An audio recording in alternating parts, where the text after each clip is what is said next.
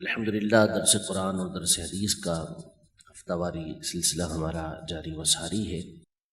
مختلف علماء کرام اور مفتیان کرام کے آپ بیانات سن رہے ہیں۔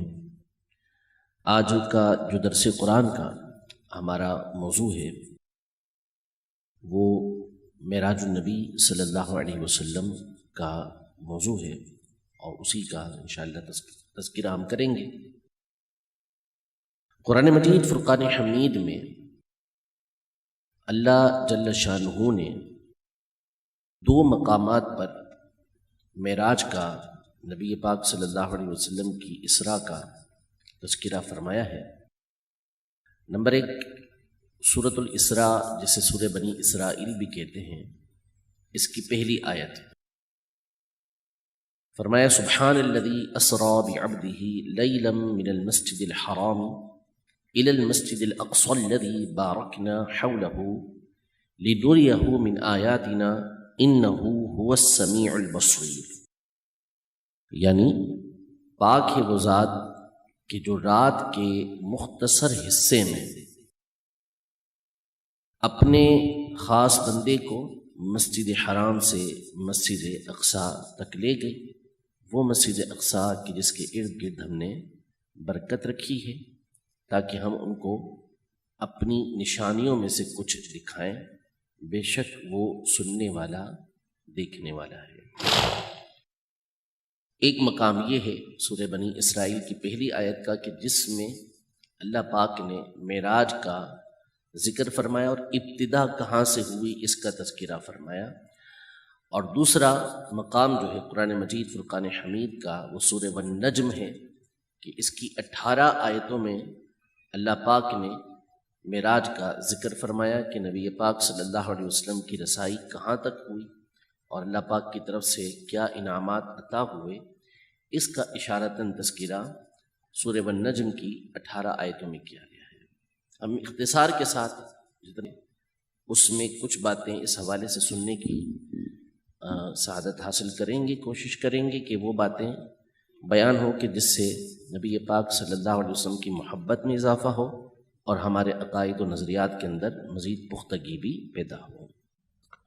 سب سے پہلی چیز جو علماء نے اس حوالے سے ذکر کی ہے، جس کو آپ فلسفہ معراج کہہ سکتے ہیں، کہ کیا وجہ بنی کہ نبی پاک صلی اللہ تعالیٰ علیہ وآلہ وسلم کو اللہ پاک نے اتنا بڑا مقام اور اتنا عظیم معجزہ عطا فرمایا کہ آپ صلی اللہ علیہ وسلم کو پہلے رات کے مختصر حصے میں مسجد حرام سے مسجد اقصیٰ تک، پھر مسجد اقصیٰ سے آسمانوں پر جنت کی بھی سیر کروائی گئی، عرش معلیٰ بھی وہاں آپ صلی اللہ علیہ وسلم تشریف لے کر گئے، اور پھر اس کے بعد ان مقامات تک جن کو ہم لا مکان کہتے ہیں، جس میں کوئی مکان نہیں، وہ اللہ اور اس کا رسول ہی بہتر جانتے ہیں کہ کس مقام پر آپ علیہ السلام پہنچے اور اللہ پاک سے آپ کی ملاقات ہوئی اور اللہ پاک کے دیدار کا شربت آپ نے پیا، اللہ پاک کی زیارت آپ نے کی۔ تو اس کا جو فلسفہ علماء نے بیان کیا، بہت ساری باتیں اس حوالے سے بیان کی ہیں، میں ایک دو باتیں عرض کرتا ہوں۔ سب سے پہلی چیز کہ قرآن مجید فرقان حمید کا آپ مطالعہ کرتے چلے جائیں، بالخصوص جو مکی صورتیں ہیں، جب آپ ان کو پڑھیں گے تو اس میں بکثرت پچھلی امتوں کے واقعات کو ذکر کیا گیا ہے، ان کے حالات کو ذکر کیا گیا ہے، انبیاء کرام علیہم السلام کی ان کو دعوت دین دینا، توحید باری تعالیٰ کی طرف بلانا، اور پھر اس کے بعد ان کا انکار کرنا اور ان کے انکار کرنے پر ان پر عذاب کا نازل ہونا، ان چیزوں کو خاص طور پہ ذکر کیا گیا ہے۔ لِنُثَبِّتَ بِهِ فُؤَادَكَ، اس میں جو ایک حکمت ہے کہ ان انبیاء کرام علیہ السلام اور ان کی امتوں کے جو واقعات ذکر کیے جاتے رہے وقتاً فوقتاً، تو اس سے نبی پاک صلی اللہ علیہ وسلم کے دل اقدس کو تسلی دی جاتی تھی کہ یہ جو کفار مکہ، مشرکین مکہ آپ علیہ السلام کو جھٹلاتے ہیں، آپ علیہ السلام کی دعوت دین کو قبول نہیں کر رہے، تو یہ کوئی انوکھی بات نہیں ہے، کوئی نئی بات نہیں ہے، بلکہ ہمیشہ انبیاء اور رسل کے ساتھ یہی معاملہ پیش آتا آیا ہے، اور ان کی امتیں ان کو جھٹلاتی رہیں، اور ان کی امتوں کے جھٹلانے پر ان پر عذاب آتا رہا ہے۔ تو یہ دل اقدس کو اللہ پاک نبی پاک صلی اللہ علیہ وسلم کے دل مبارک کو بار بار مختلف انداز میں مختلف طریقوں سے تسلی عطا فرماتا تھا۔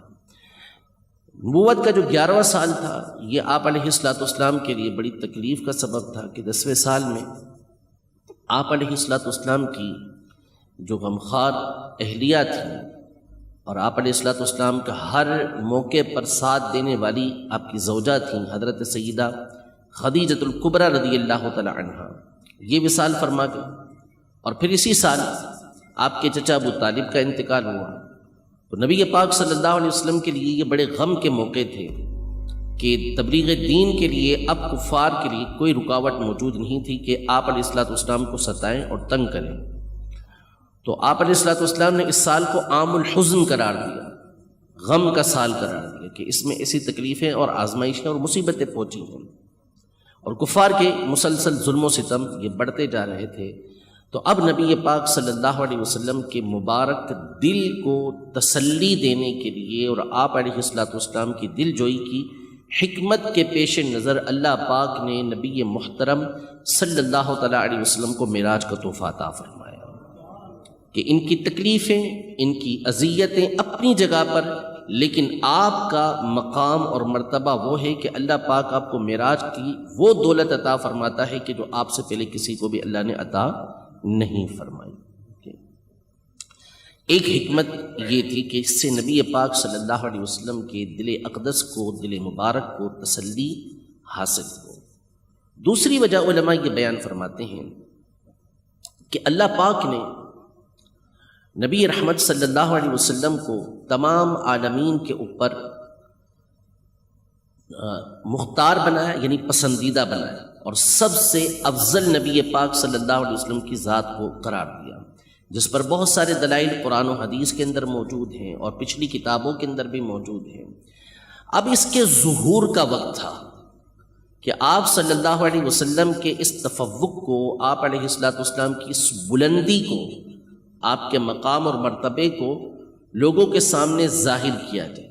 تو آپ علیہ السلام کو معراج کروائی گئی، جس میں اولاً نبی پاک صلی اللہ تعالیٰ علیہ وآلہ وسلم مسجد اقصیٰ تشریف لے کر گئے، اور وہاں سنن نسائی کی روایت ہے اور مشہور روایت ہے کہ سارے کے سارے انبیاء کرام علیہم السلام جمع ہوئے، اور نبی پاک صلی اللہ علیہ وسلم نے آگے بڑھ کر ان کی امامت کروائی، جس کا واضح مطلب ہوا کہ نبی پاک صلی اللہ تعالیٰ علیہ وآلہ وسلم ان تمام سے بڑھ کر ہے، اور ان تمام نبی پاک صلی اللہ علیہ وسلم کی امامت کو قبول کر کے اس بات کی طرف اشارہ کیا کہ آپ علیہ السلام ہمارے بھی نبی اور ہمارے امام و مقتدی ہیں، ہمارے پیشوا۔ قرآن مجید فرقان حمید میں اللہ جل شانہ نے سورہ آل عمران میں ارشاد فرمایا، وَإِذْ أَخَذَ اللَّهُ مِيثَاقَ النَّبِيِّينَ لَمَا آتَيْتُكُم مِّن كِتَابٍ وَحِكْمَةٍ ثُمَّ جَاءَكُمْ رَسُولٌ مُّصَدِّقٌ لِّمَا مَعَكُمْ لَتُؤْمِنُنَّ بِهِ وَلَتَنصُرُنَّهُ، یعنی اس وقت کو یاد فرمائیے کہ جب اللہ نے تمام انبیاء سے اس بات کا پختہ وعدہ لیا کہ میں نے تمہیں کتاب و حکمت عطا کی، پھر اس کے بعد تمہارے درمیان ایک عظیم الشان رسول تشریف لائیں، تو تم ضرور ضرور ان پر ایمان لانا اور ضرور ضرور ان کی مدد کرنا۔ علماء یہ ارشاد فرماتے ہیں کہ یہ بات انڈرسٹوڈ تھی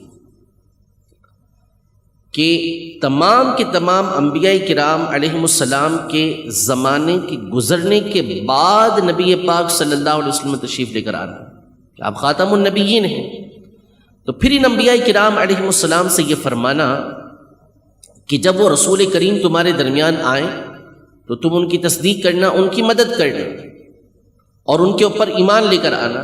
اس کا کیا معنی ہے کہ انبیاء کرام علیہ السلام تو سارے پہلے گزر چکے، نبی پاک صلی اللہ علیہ وسلم کا زمانہ بعد میں آتا ہے۔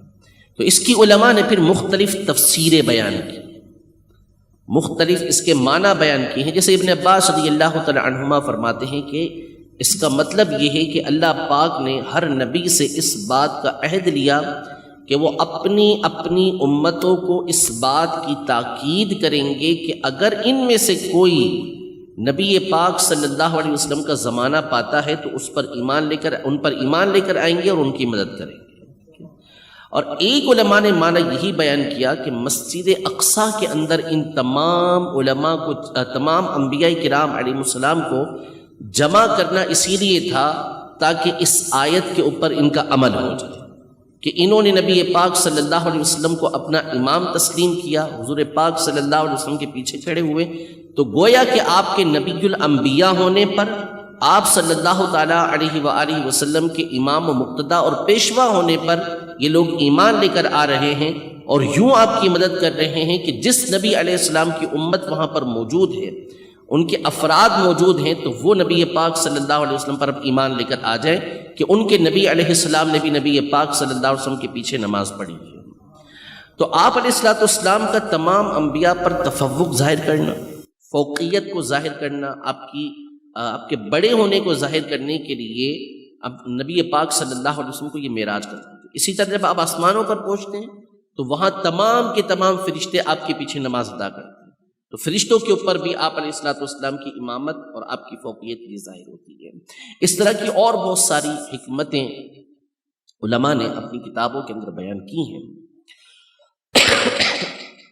اللہ پاک ارشاد فرماتا ہے سبحان الذی اسری بعبدہ، کہ پاک ہے وہ ذات کہ جو رات کے مختصر حصے میں اپنے خاص بندے کو مسجد حرام سے مسجد اقصیٰ لے گئے۔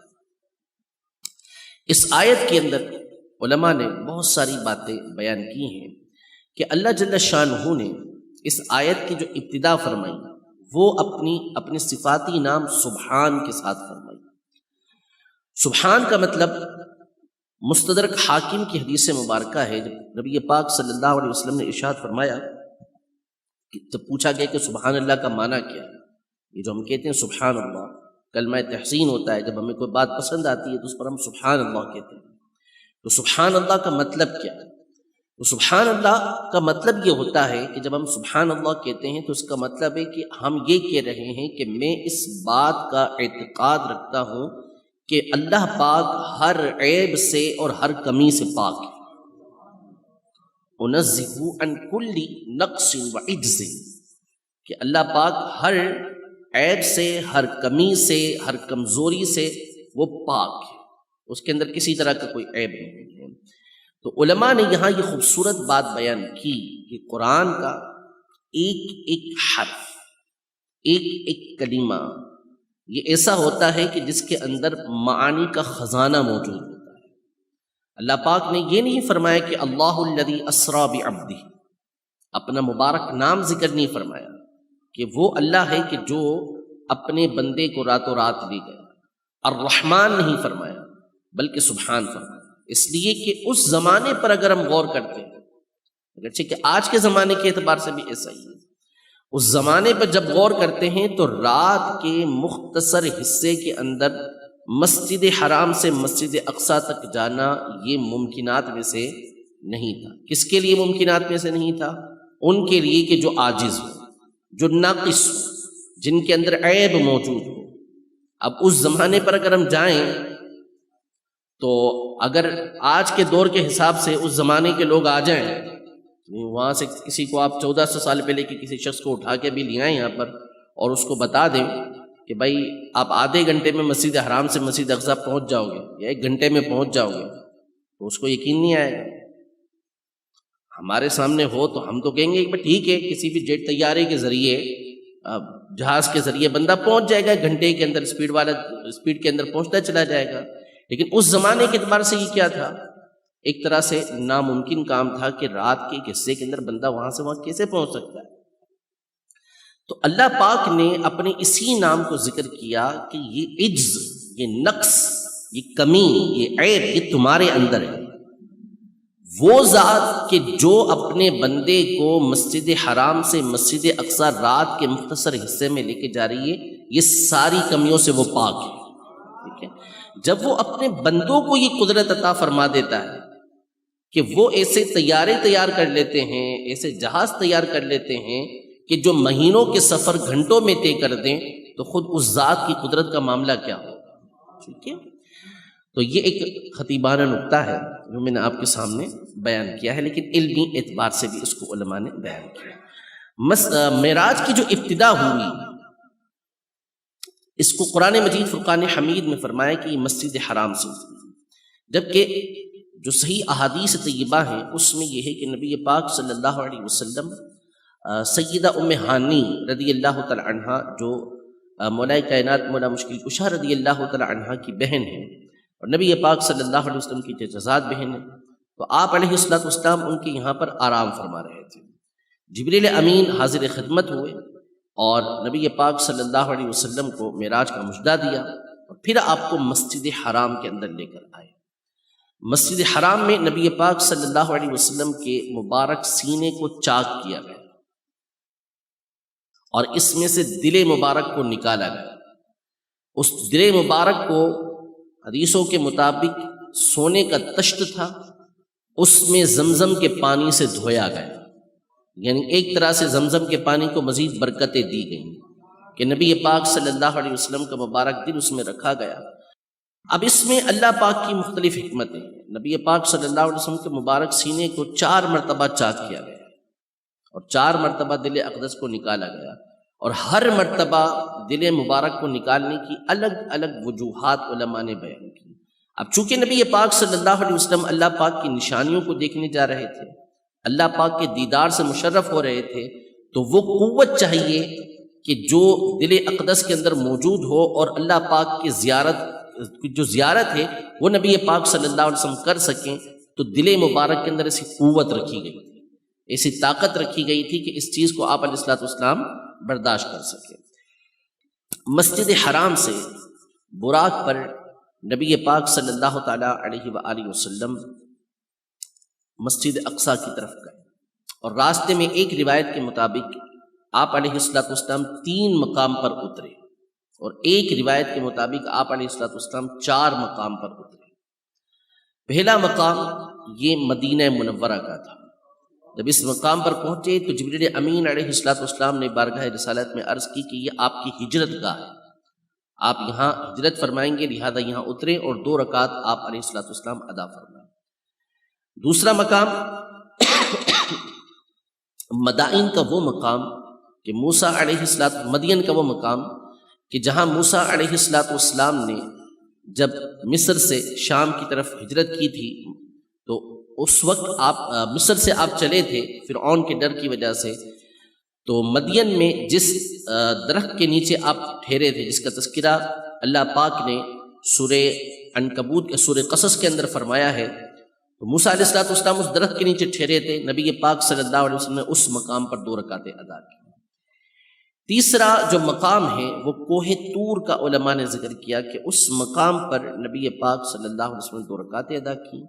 اور چوتھا مقام بیت اللحم کا ہے، یہ وہ جگہ ہے کہ جہاں حضرت سیدنا عیسیٰ علی نبینا و علیہ الصلوۃ والسلام کی ولادت ہوئی تھی۔ سنن نسائی کی روایت موجود ہے کہ نبی پاک صلی اللہ تعالی علیہ وآلہ وسلم نے بیت اللحم کے پاس اتر کر 2 رکعت نماز ادا کی۔ اس سے معلوم ہوا کہ نبی علیہ الصلوۃ والسلام جس مقام پر پیدا ہوں، جو ان کی ولادت گاہ ہو، وہ ایسی برکت والی جگہ ہوتی ہے کہ وہاں پر نماز پڑھنا یہ نبی پاک صلی اللہ علیہ وسلم کا طریقہ کار ہے۔ اسی لیے علماء نے یہ جگہ جگہ لکھا، اور سیدنا عبداللہ بن عمر رضی اللہ تعالی عنہما کی صحیح بخاری شریف کے اندر حدیث پاک موجود ہے کہ جب آپ مدینہ منورہ سے مکہ مکرمہ کی طرف سفر کرتے تو ہر وہ مقام کہ جہاں نبی پاک صلی اللہ علیہ وسلم نے پڑاؤ فرمایا تھا، کوئی مقام، ہر اس مقام پر آپ اترنے کے بعد اسی جگہ پر اپنی اونٹنی کو بٹھاتے جہاں نبی پاک صلی اللہ علیہ وسلم نے اپنی اونٹنی بٹھائی تھی، اور اسی مقام پر آپ نماز ادا کرتے جہاں نبی پاک صلی اللہ علیہ وسلم نماز ادا فرمائی۔ صحابہ کرام علیہم رضوان کا طریقہ کار۔ اسی طرح یہی عبداللہ بن عمر رضی اللہ تعالی عنہما، یہ بھی صحیح بخاری شریف کی حدیث مبارکہ ہے کہ نبی پاک صلی اللہ علیہ وسلم جب کعبۃ اللہ المشرفہ میں داخل ہوئے تو آپ علیہ الصلوۃ والسلام داخل ہو کر الٹے ہاتھ کی جانب دو ستونوں کے درمیان آپ علیہ الصلوۃ والسلام نے 2 رکعت نفل ادا کی کعبہ شریف کے اندر. تو عبداللہ بن عمر رضی اللہ تعالی عنہما اس وقت موجود نہیں تھے. انہوں نے حضرت بلال رضی اللہ تعالی عنہ سے باقاعدہ اس جگہ کے بارے میں معلوم کیا کہ وہ جگہ تھی کون سی کہ جہاں نبی پاک صلی اللہ علیہ وسلم نے نماز ادا کی تھی. تو حضرت بلال نے ان کو وہ جگہ بتائی کہ اس جگہ پر نبی پاک صلی اللہ علیہ وسلم نے نماز ادا کی تھی. حضرت عبداللہ بن عمر رضی اللہ تعالی عنہما جب بھی کعبہ شریف کے اندر داخل ہوتے تو آپ فرماتے کہ کعبے کے کسی بھی گوشے میں نماز پڑھو نماز ہو جائے گی، لیکن میں اسی جگہ پہ نماز پڑھوں، کیونکہ نبی پاک صلی اللہ علیہ وسلم نے اس جگہ پر نماز پڑھی. حضرت اتبان بن مالک الانصاری رضی اللہ تعالی عنہ، صحیح بخاری شریف کی حدیث مبارکہ یہ بھی، نابینا ہو گئے تھے، آنکھیں بہت کمزور ہو گئی تھیں اور اپنی قوم کی امامت کروایا کرتے تھے. نبی پاک صلی اللہ علیہ وسلم سے عرض کیا رسول اللہ صلی اللہ علیہ وسلم میں امامت کرواتا ہوں، نماز پڑھاتا ہوں اپنی قوم کو، لیکن میرے گھر اور میرے لوگوں کے درمیان ایک نالا ہے، جب بارش آتی ہے وہ بھر جاتا ہے اور مجھے جانے میں تکلیف ہوتی ہے. میں چاہتا ہوں آپ صلی اللہ علیہ وسلم میرے گھر تشریف لے کر آئیں اور میرے گھر میں نماز پڑھ لیں تاکہ میں اسی جگہ کو اپنی نماز پڑھنے کی جگہ بناؤں. وہ پھر ان کا طریقہ کار رہا. تو یہ ہمیشہ سے طریقہ کار رہا کہ جہاں برکت والی جگہ ہوتی، بالخصوص انبیاء کرام علیہ السلام کے قدم جہاں پر پڑتے، ہمیشہ صالحین اس مقام پر نماز ادا کرتے رہتے ہیں، اس کی زیارت کے لیے جاتے رہتے ہیں. تو نبی پاک صلی اللہ علیہ وسلم بیت اللحم تشریف لے کر آئے. یہ بیت المقدس کے اندر ہی ہے، قدس کے اندر ہی وہ مقام ہے. پھر مسجد اقصی نبی پاک صلی اللہ علیہ وسلم تشریف لے کر آئے. سبحان الذی اسری بعبدہ لیلا من المسجد الحرام، مسجد حرام سے الی المسجد الاقصی، مسجد اقصی نبی پاک صلی اللہ علیہ وسلم تشریف لے کر آئے. الذی بارکنا حولہ، مسجد اقصی وہ ہے کہ جس کے ارد گرد ہم نے برکت دی. اب چند پوائنٹ میں اس حوالے سے آپ کے سامنے عرض کرتا ہوں کہ مسجد اقصی یہ ہے کیا اور اس کے ارد گرد برکت کیا ہے، اور نبی پاک صلی اللہ علیہ وسلم کا مسجد اقصی جانے کا مقصود کیا تھا، اس میں کیا حکمت علماء نے بیان کی.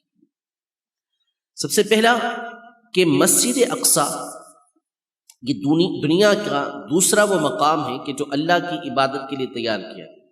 سب سے پہلے گھر جو اللہ کی عبادت کے لیے بنا، ان اول بیت وضع للناس الذی ببکۃ مبارک وہدی للعالمین، کہ سب سے پہلا گھر جو لوگوں کے لیے بنایا گیا یعنی اللہ کی عبادت کے طور پر وہ مکے میں یعنی کعبہ ہے.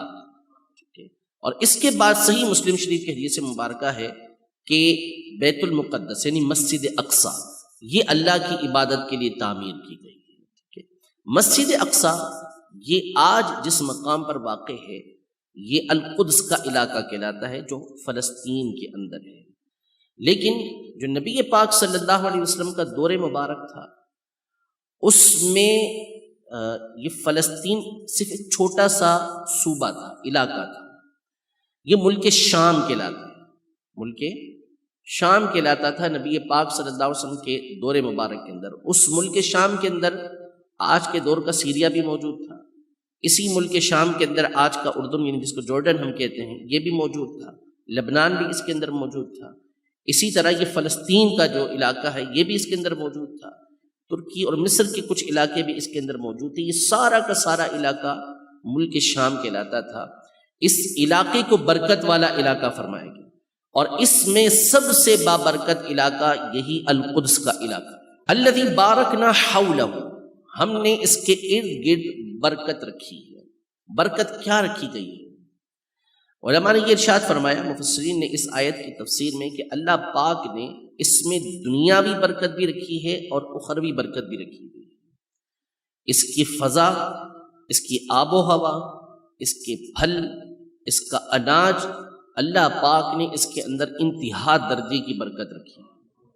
طائف کا نام آپ نے سنا ہوا ہے، یہ عرب کے پرفضا ترین مقامات میں سے ایک مقام ہے اور بہترین اس کے پھل، اس کے اناج ہوتے ہیں.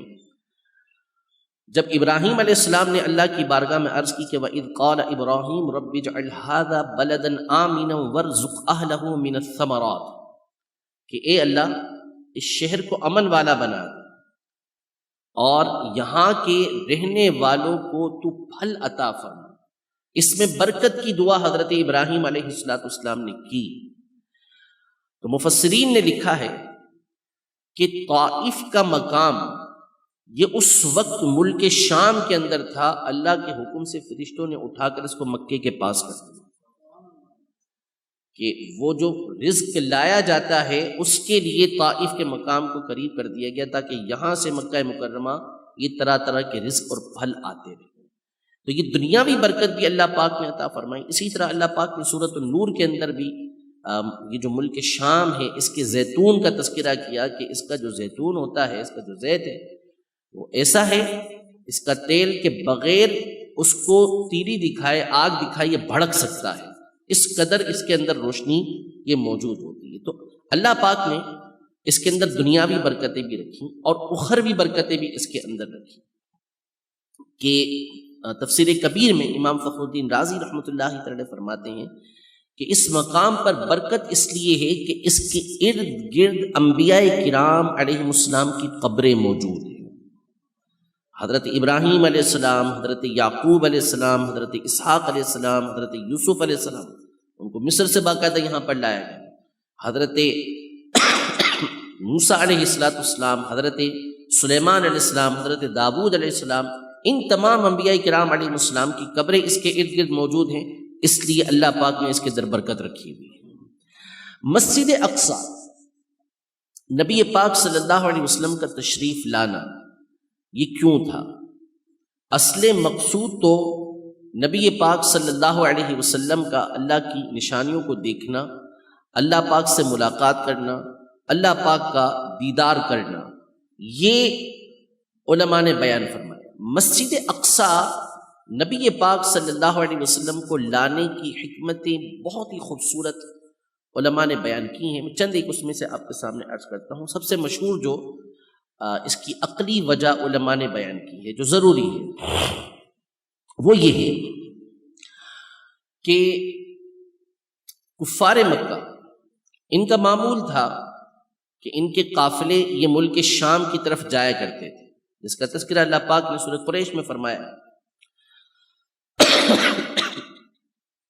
تو یہ مسجد اقصی کو بخوبی جانتے تھے، انہوں نے مسجد اقصی دیکھی ہوئی تھی، اور یہ بھی یہ لوگ جانتے تھے کہ نبی پاک صلی اللہ علیہ وسلم کبھی بھی مسجد اقصی کی طرف نہیں گئے۔ ملک شام بچپن میں یا 25 سال کی عمر میں نبی پاک صلی اللہ علیہ وسلم نے سفر فرمایا تھا، لیکن اس علاقے کی طرف آپ علیہ السلام کا جانا نہیں ہوا تھا۔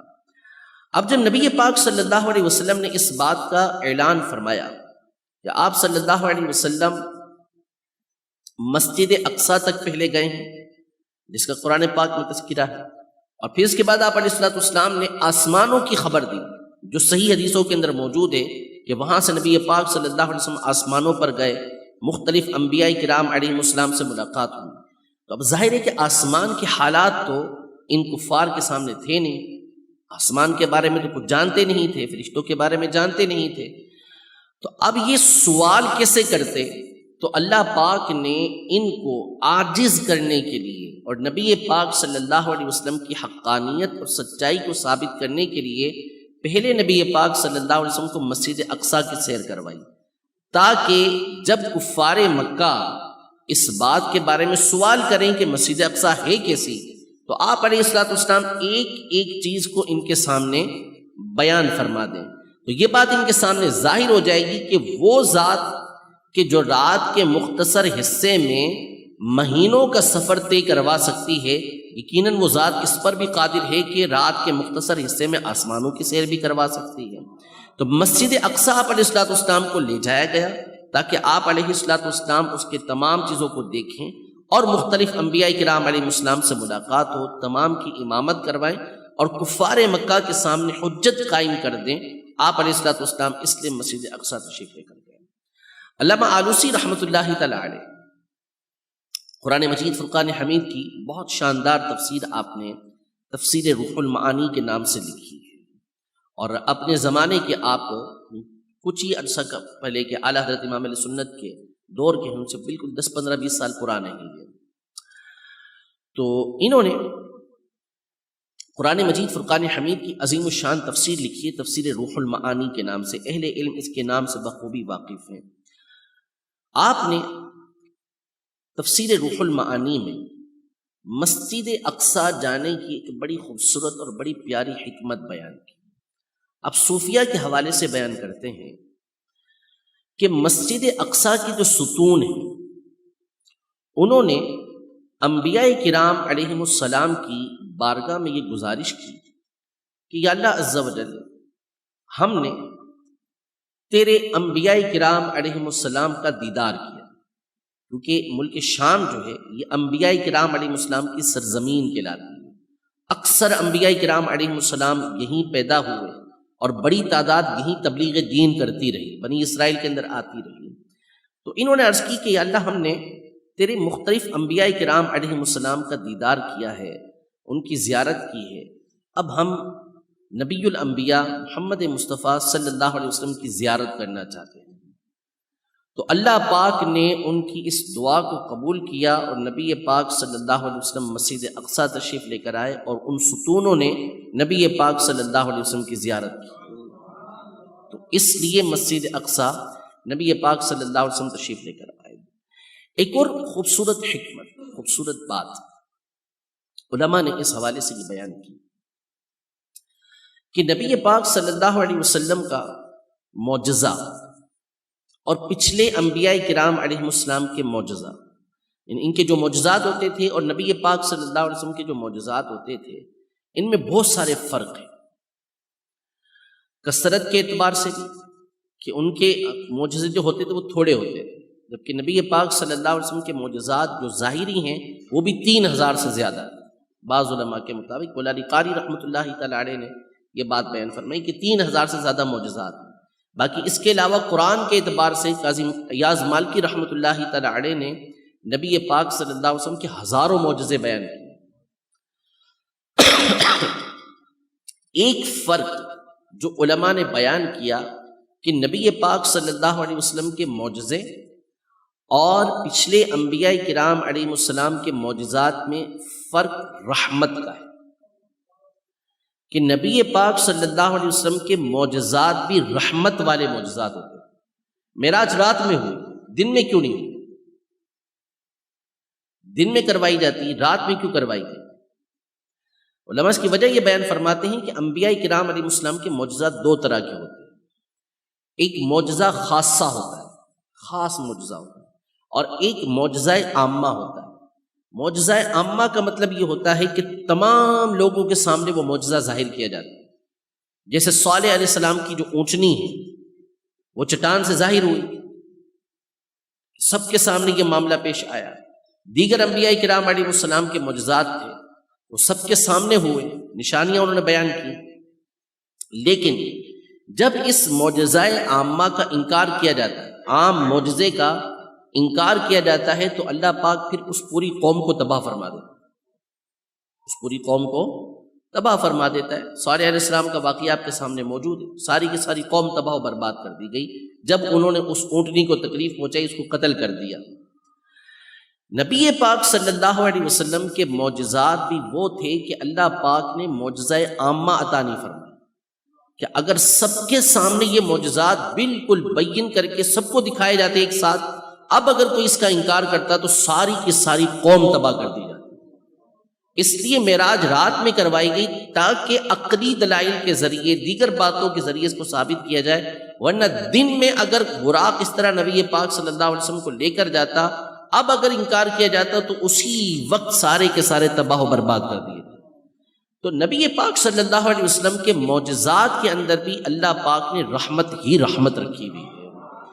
آپ علیہ السلام مسجد اقصیٰ تشریف لے کر گئے. یہ مسجد اقصیٰ ابھی میں نے آپ کے سامنے ڈیٹیل بیان کی کہ ملک شام میں نبی پاک صلی اللہ علیہ وسلم نے اشارہ کر کے فرمایا تھا کہ میدان محشر اس جگہ پر قائم ہوگا. اور ایک روایت میں آپ نے باقاعدہ ملک شام کا نام لیا، اس جو بیت المقدس ہے اس جگہ کا نام لیا کہ یہاں پر میدان محشر قائم ہوگا. کہ نبی پاک صلی اللہ علیہ وآلہ وسلم نے مسجد اقصیٰ اس لیے آپ نے جلوہ فرمایا، اس لیے آپ تشریف لے کر گئے تاکہ آپ کے مبارک قدم ملک شام کی زمین پر رہیں، اس میدان کے اندر رہیں، فلسطین کی، بیت المقدس کی، کہ جہاں میدان محشر قائم ہونے والا ہے، تاکہ جب آپ کی امت اس مقام پر پہنچے تو آپ کے مبارک قدموں کی برکت سے ان کے لیے آسانیاں پیدا ہو چکی ہیں۔ یہ نبی پاک صلی اللہ علیہ وسلم کے میدان بیت المقدس تشریف لے جانے کی حکمتیں بیان کی گئی ہیں۔ پھر وہاں انبیاء کرام علیہم السلام کی نبی پاک صلی اللہ علیہ وسلم نے امامت فرمائی۔ اس کے بعد آپ علیہ السلام یہ آسمانوں پر تشریف لے کر گئے۔ پہلے آسمان پر آپ کی ملاقات حضرت سیدنا آدم علی نبینا و علیہ السلام سے ہوئی۔ تو واقعہ معراج اصل میں اب ظاہر ہے کہ اس واقعے کے اندر تو ہم کوئی زیادتی کر نہیں سکتے، جو واقعہ ہے وہ تو بار بار ہم سنتے ہیں۔ اب اس واقعے میں یہ تو نہیں ہو سکتا نا کہ کوئی عالم دین اپنی طرف سے کوئی نئی بات بیان کرنا شروع کر دے۔ ظاہر ہے اس میں سے نکات بیان کیے جاتے ہیں، اس میں سے پوائنٹ بیان کیے جاتے ہیں، اس میں سے خوبیاں بیان کی جاتی ہیں، وہ اپنے اپنے ذوق کے مطابق، شریعت کے اصولوں کے مطابق علماء بیان کرتے ہیں۔ میں کچھ ایک دو باتیں، ایک عقیدے کی بات اور ایک بڑی جو نبی پاک صلی اللہ علیہ وسلم سے محبت کی بات ہے وہ آپ کے سامنے عرض کرتا ہوں۔ شارح بخاری مفتی شریف الحق امجدی صاحب رحمۃ اللہ تعالی علیہ نزہۃ القاری جو بخاری شریف کی شرح ہے اس میں ارشاد فرماتے ہیں کہ بخاری شریف کے حدیث مبارکہ ہے کہ جب نبی پاک صلی اللہ علیہ وسلم معراج پہ تشریف لے کر گئے تو آسمانوں پر جب پہنچے تو دروازہ بند تھا۔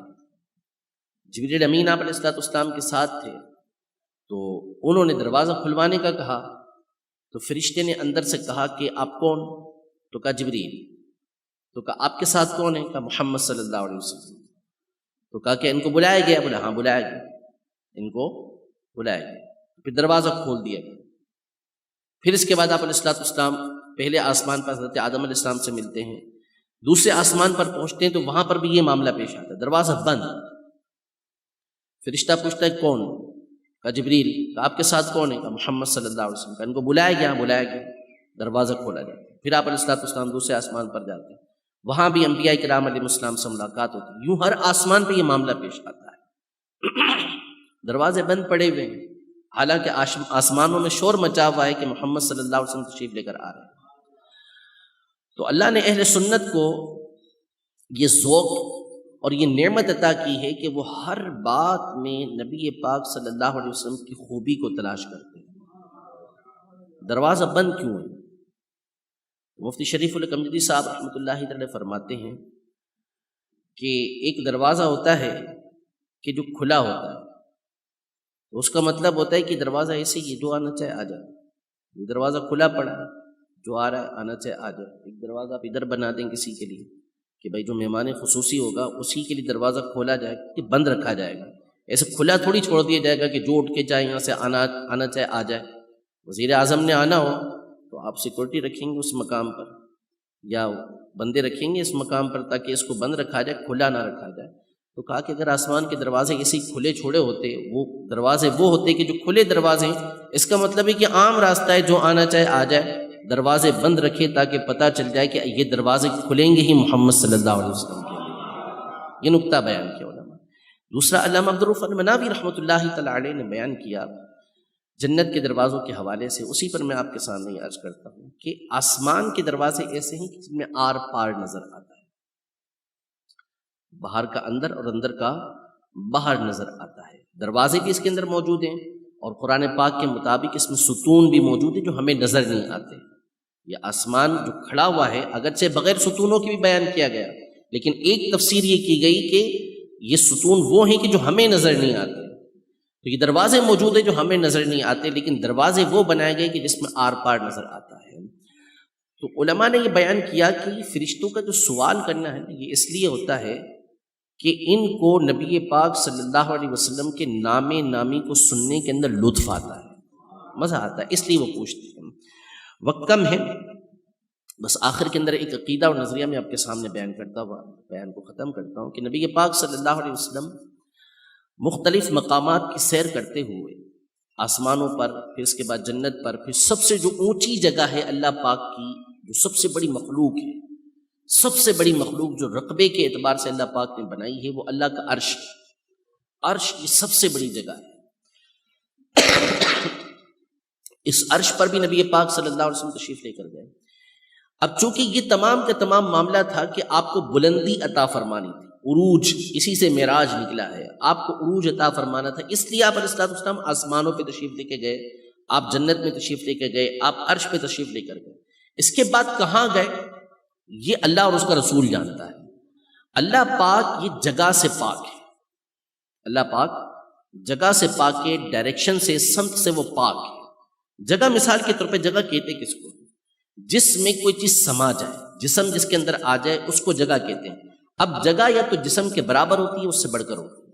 میں یہاں بیٹھا ہوا ہوں تو میرا یہ جسم جو ہے جس جگہ پر ہے وہ مکان ہے، وہ مکان ہے، میرا مکان ہے وہ جس جگہ میں بیٹھا ہوا ہوں. تو اس نے مجھے یا تو میرے جسم کے برابر ہے یا مجھ سے بڑھ کر. اور یقیناً اللہ پاک ان چیزوں سے پاک ہے. ان چیزوں سے ہمیں یہ فرمایا لا تتفکروا فی اللہ تتفکروا فی خلق اللہ. اللہ کی ذات میں غور و فکر نہ کرو فتہلکوا، اگر اللہ کی ذات میں غور و فکر کرو گے تم ہلاک ہو جاؤ گے. اللہ کی جو تخلیقات ہیں اس میں غور و فکر کرو تو تمہیں اللہ کی معرفت حاصل ہو جائے گی، اللہ کی پہچان حاصل ہو جائے گی. تو یہ عقیدہ اور نظریہ اپنے پیش نظر رکھیے گا کہ معراج کا مطلب یہ نہیں کہ نبی پاک صلی اللہ علیہ وسلم آسمانوں کے بعد کسی آسمانوں میں اوپر گئے ہوں کہ اللہ پاک سے ملاقات ہو. وہاں سے لا مکان ہے. لا مکان کا مطلب کوئی مکان ہی نہیں، کوئی جگہ نہیں. اب وہ کیا ہے وہ اللہ پاک جانتا ہے اور اس کا رسول جانتا ہے. ہمیں اس سے غور و فکر کرنے سے منع کیا گیا کہ ہم اس میں غور و فکر نہیں کریں گے، اس میں جستجو نہیں کریں گے. دوسری بات یہ کہ اللہ پاک کا دیدار نبی پاک صلی اللہ علیہ وآلہ وسلم کو معراج کی رات عطا کیا گیا.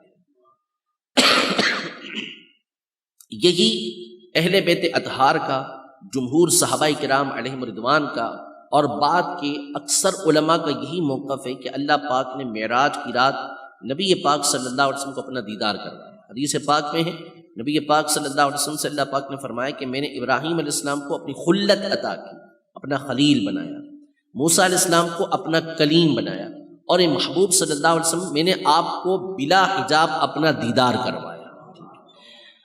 تو اللہ پاک کا جو دیدار ہے یہ ممکنات میں سے، کیونکہ انبیاء کرام علیہم السلام کبھی بھی اس چیز کی دعا نہیں کرتے کہ جس کا ہونا ممکن نہ ہو، جس کا ہونا ممکن نہ ہو اس کی دعا نہیں کرتے. تو موسیٰ علیہ السلام نے اللہ کی بارگاہ میں دعا کی تھی کہ ربی ارینی انظر الیک، اے میرے رب مجھے اپنا دیدار کرا تاکہ میں تیرا دیدار کروں. تو اللہ پاک نے فرمایا لن ترانی، آپ مجھے ہرگز نہیں دیکھ سکتے. یہ نہیں فرمایا کہ لن ارا، مجھے دیکھا ہی نہیں جا سکے گا، یہ نہیں، آپ مجھے نہیں دیکھ سکتے. اگر اللہ پاک کا دیدار ممکن نہ ہوتا تو موسیٰ علیہ السلام کبھی بھی اس کو دعا نہیں کرتے. لیکن جو ہمارا عقیدہ ہے احادیث طیبہ کی روشنی میں وہ یہ ہے کہ دنیا کے اندر جاگتی آنکھوں سے اللہ پاک کا دیدار کرنا یہ صرف اور صرف نبی پاک صلی اللہ علیہ وسلم کا خاصہ ہے، یہ کسی اور کو نہیں ملا.